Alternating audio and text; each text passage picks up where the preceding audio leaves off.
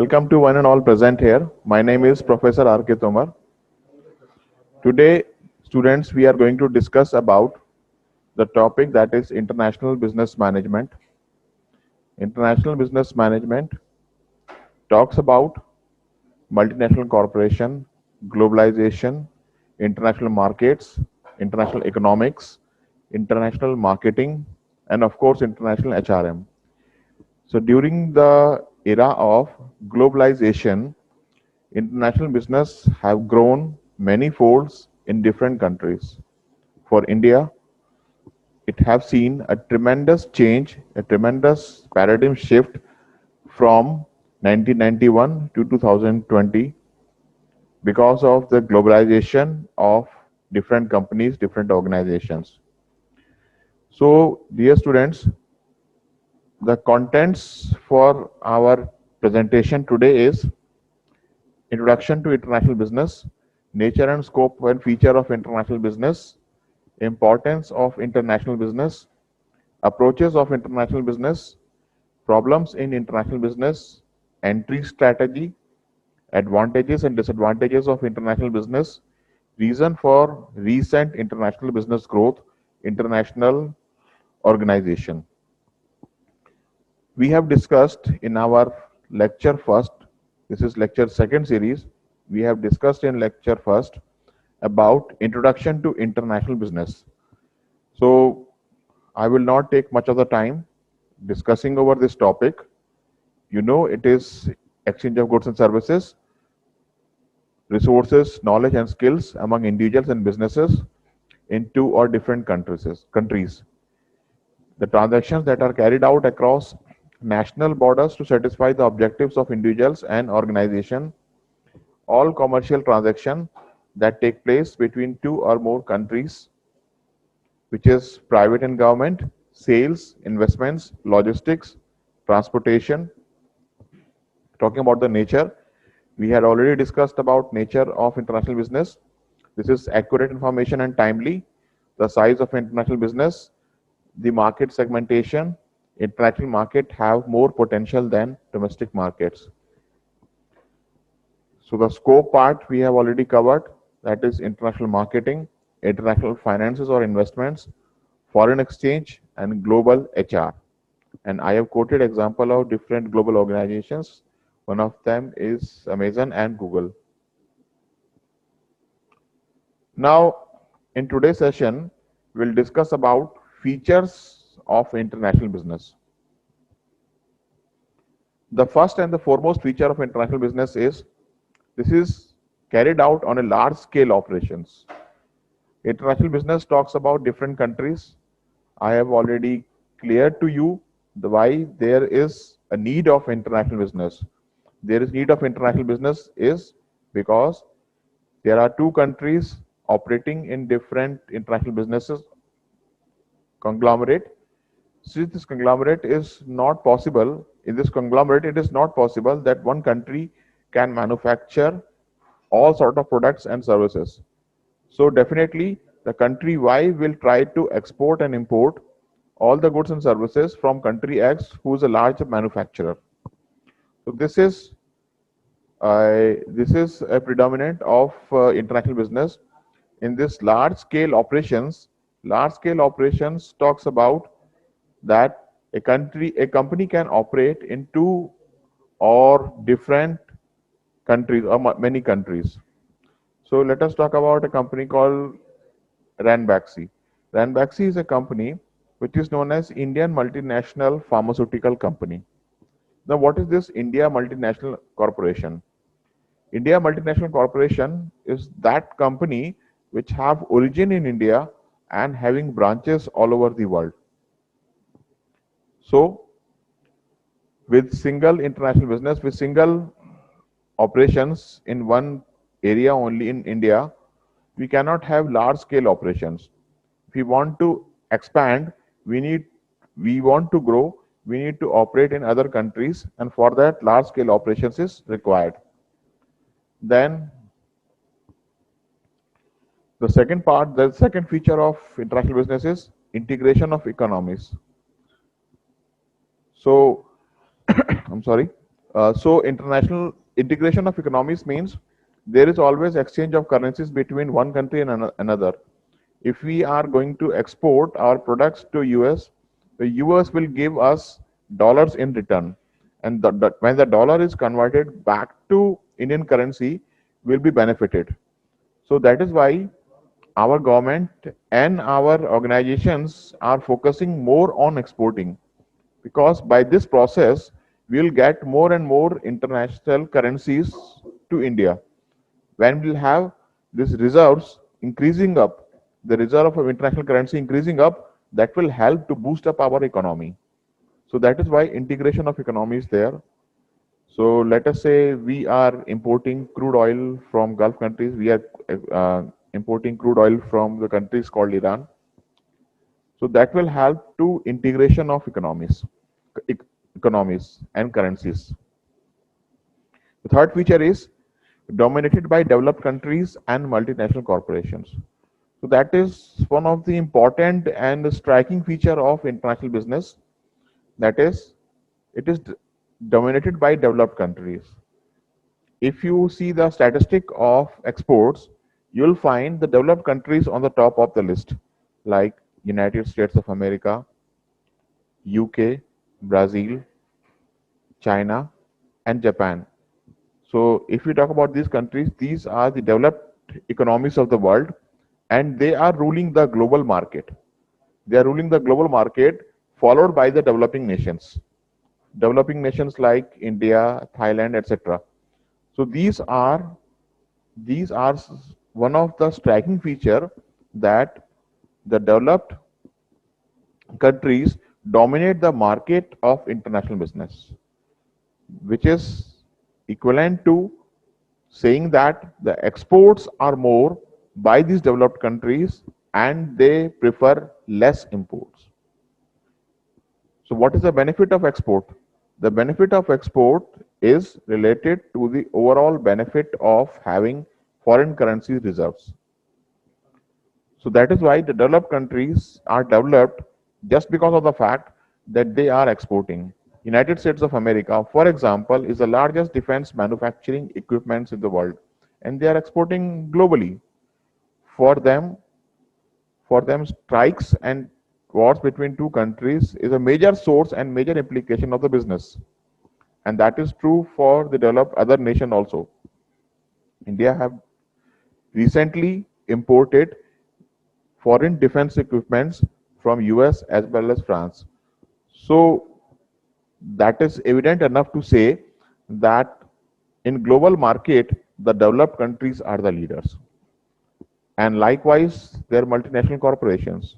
I'll quote one example, two examples which are famous in India in the area of fast food chains. The fast food chains, one is operated by McDonald's and the second one is Burger King. These are the two right example of the developed nations dominating the international food supply chain markets. Then another feature is benefits for the participating countries. So it is improper to say that only the developed nations will be benefited by the act of international business. Likewise, the developing countries will also progress and they will flourish the area and the scope of globalization into those countries also. Then another feature is competition. When we are operating or playing in domestic areas, we'll have less competition. And when we are playing in international market, we have huge and fierce competition. This huge and fierce competition gives rise to quality, gives rise to total quality management. So as a result, you can see how the automobile industries are flourishing worldwide.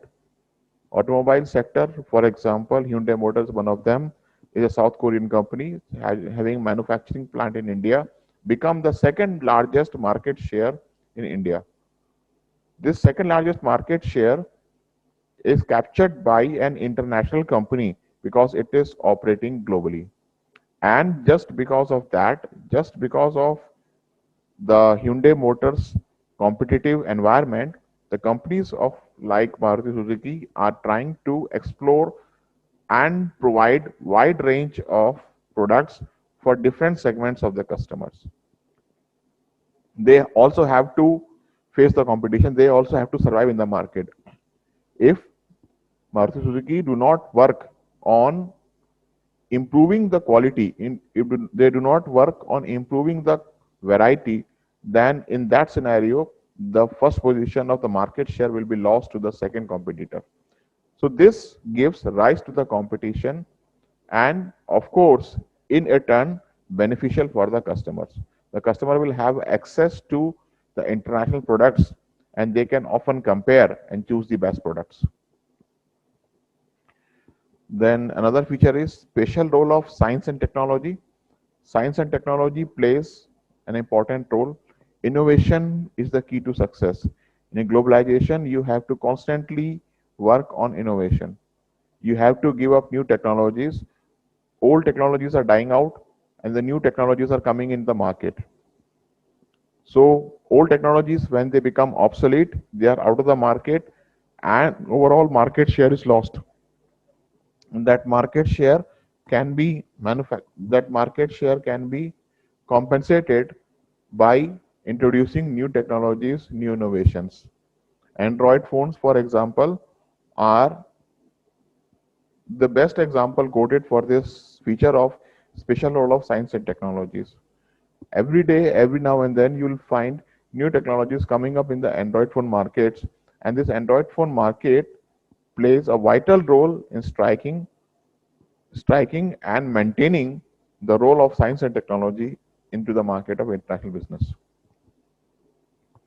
Now, the last feature that we like to discuss is international restrictions.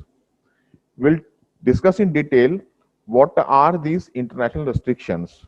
As of now, tariffs, for example, tariffs and import duties are one of the best example related to international restrictions.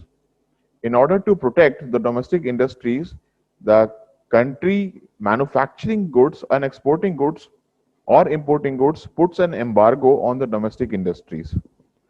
For example, in United States of America, it is a tradition and it is a policy of the government that they try to protect their domestic industries from outside competition. And in order to protect their industries, in order to protect their domestic industries in the United States puts heavy tariffs and taxes on the import duties by other countries.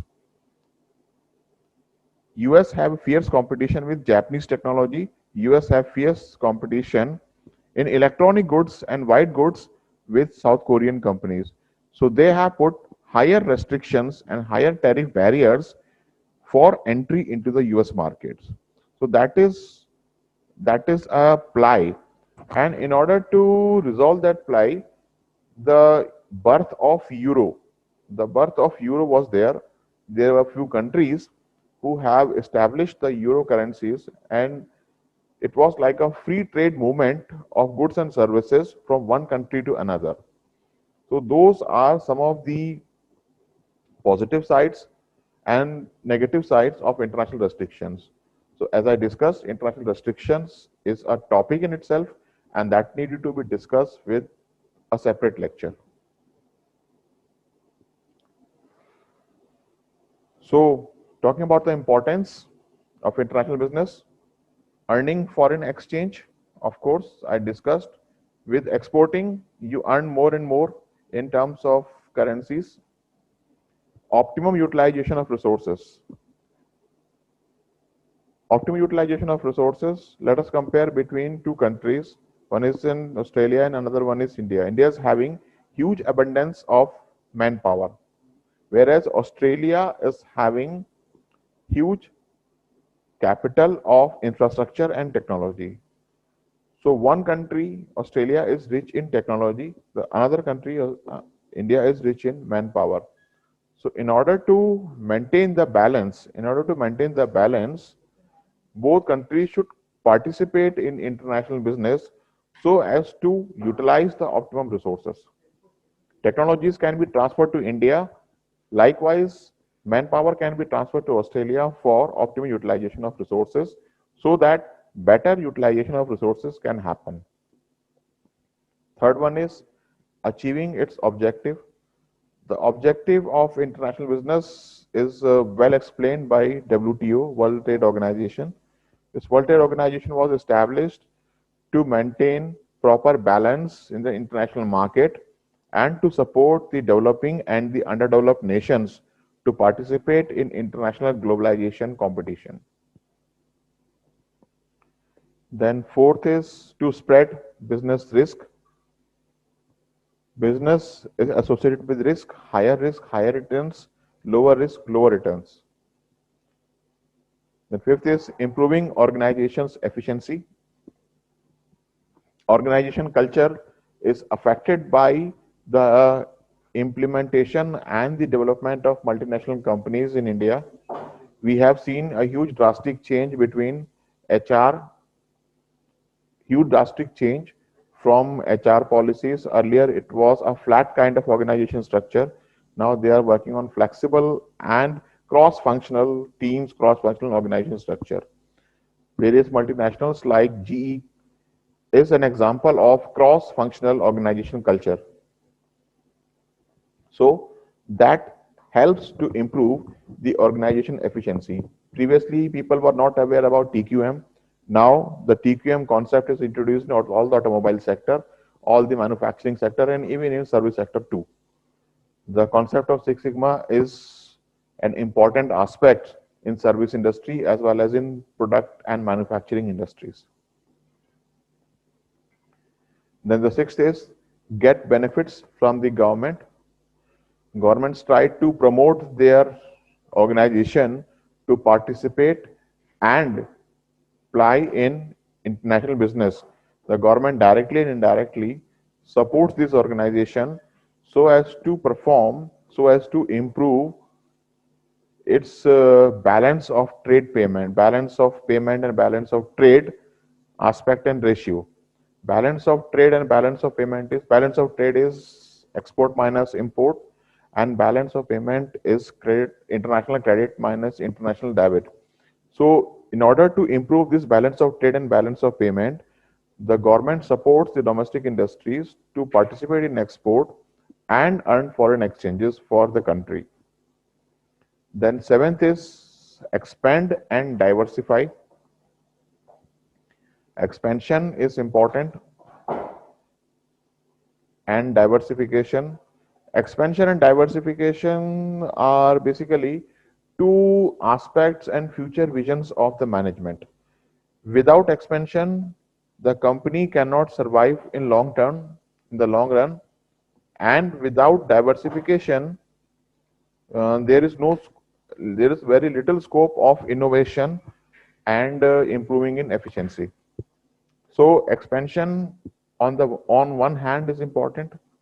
People are expanding in terms of organization. Believe it or not, most of the organizations are working on the expansion policies. Most of the multinational organizations are working on expansion policies. If you talk about the food chains like McDonald's, they are having offices more than 80 countries across the world. That is an example of expansion. And diversification. Diversification, as you know, diversification refers to diversifying in associated horizontally or in vertical businesses. Then talks about the eighth point, that is increasing competitive capacity. Increasing competitive capacity refers to increasing the capacity of the organization in terms of competence, in terms of excellence, in terms of quality. Now, let us quickly talk about the approaches of international businesses. The approaches of international businesses are four, as you can see on the slide. The first approach is ethnocentric. The second approach is polycentric. The third approach is regiocentric, and the fourth approach is geocentric. Now, let us explain them one by one. What do you mean by ethnocentric approach? Ethnocentric approach, where target market is the own country, excessive production will export due to change in customer taste and preferences. That is an ethnocentric approach. Suppose a company A is manufacturing certain set of equipments and which are overproduced because of unforeseen demand. So in order to maintain that demand, the company try to export their over manufactured products to another country because there is a change in customer preferences and the taste accordingly. The second approach is polycentric approach. The polycentric approach The polycentric approach, the company customizes the marketing mix to meet the taste, performance, and needs of the customers of international market. So, if you remember, there are 4 P's of marketing mix for product, and another 3 are for service industry. The first 4 P's of marketing mix are product, price, place, and promotion, whereas people, process, and physical evidence, the rest 3 P's of service marketing. So,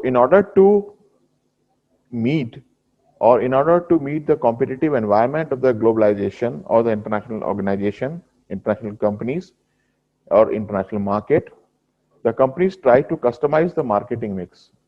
They try to offer that marketing mix which is best accepted by the international people. So by this, the performance and the need of customers of each international markets are justified and the demand is fulfilled accordingly as per applying this polycentric approach. So let's say there are automobile companies which are manufacturing in Germany. The Mercedes is one of the example. Mercedes is manufacturing as per the standards of different countries. So if it is exporting their products to United States, in United States people are generally left-hand drive. They prefer left-hand drive. So that is why the Mercedes is manufacturing those segments of car which are suited for left-hand drive. And when this same company is selling their cars to Asian or Indian market, they prefer right-hand drive style of manufacturing. So this polycentric approach tries to accommodate all sort of customer expectations and demand and as per the needs of the customer of international market. So this is second approach known as polycentric approach. Then the third approach is regiocentric approach. Regiocentric approach, under this approach, the company operating successfully in a foreign country thinks of exporting other neighboring countries of the host countries. At this stage, the concerned subsidiary considers the regional environment such as laws, cultural policies for formulating the policies and strategies.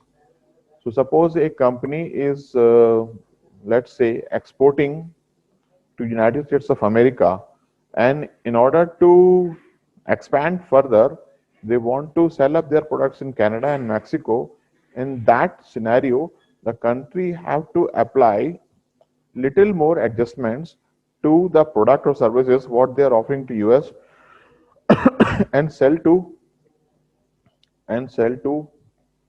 Canada and Mexico as per the regiocentric approach. Then the company should also understand what are the options available in regional markets such as laws, culture, and policies, and that needed to be applied. So if the country want to export in Canada, they have to first either capture the market of US or vice versa. They can first go to Canada and then try to spread their business in United States, because most of US and Canada are generally, we can say, they are host countries. Then the fourth and final approach is geocentric approach. Under this approach, the company analyzes the taste, preference, and the need of customer in all the foreign markets. and then adopts a standardized marketing mix for all the foreign markets. The company analyzes the taste, preference, and needs of the customers in all the foreign markets and adopts a standardized marketing mix for all the foreign markets. So that means the companies studies what are other market expectations, and how to fulfill those market expectation, incorporate those changes by making a standardized marketing mix so as maximum sort of customers in that particular area are satisfied by adopting different standardized marketing mix. So this geocentric approach is popular in terms of the company offering different marketing mix and providing standardized marketing for the foreign markets. So before concluding our session, let us quickly understand what are the common problems related to international business. Let us quickly study that. The first one is the political factor. The governments are changing. The government scenarios are changing. Sometimes it is a leftist government, sometimes it is a democratic government, and other time it is a Republican government. Every government have different policies and different set of priorities altogether, and it keeps on changing. So one has to closely monitor that.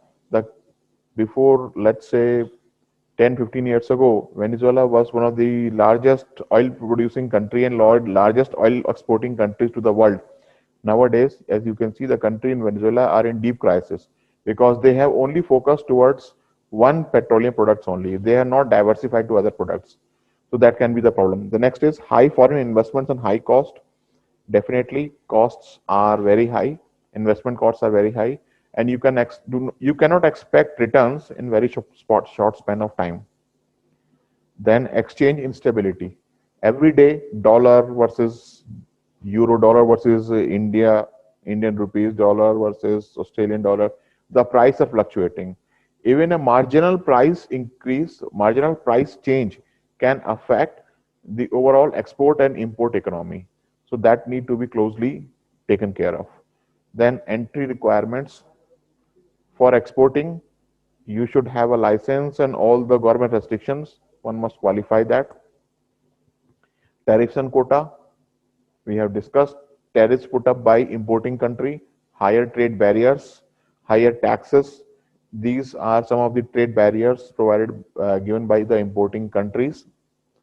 Corruption and bureaucracy. One of the reasons people avoid dealing with those countries which are high on corruptions and bureaucracy, because with these countries the problems of international business will not be sorted out.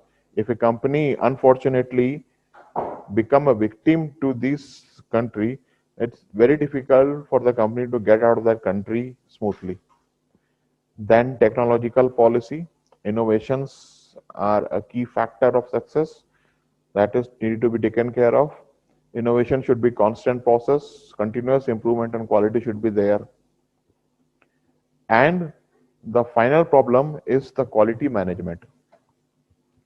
So quality management is a very important aspect. Quality management cannot be ignored. Today is the world of total quality management, and the customer expects higher quality and less cost. So higher quality, it is also understood it is lower cost. In order to resolve this problem, quality should be increased and the cost should be reduced. So dear friends, in our today's session, we have discussed about the problems of international business. We have discussed about various approaches of international business like ethnocentric, polycentric, regiocentric, and geocentric. We have discussed importance of international business as listed on the slide. I do not need to recap them. We have discussed about the features of international business, and To this session, we have also discussed international business, nature, and scope. So these are the topics that we have discussed today. I hope you have understood the concepts, and for any clarification on any points, you are most welcome to ask the queries. Okay. Thank you all for patience listening.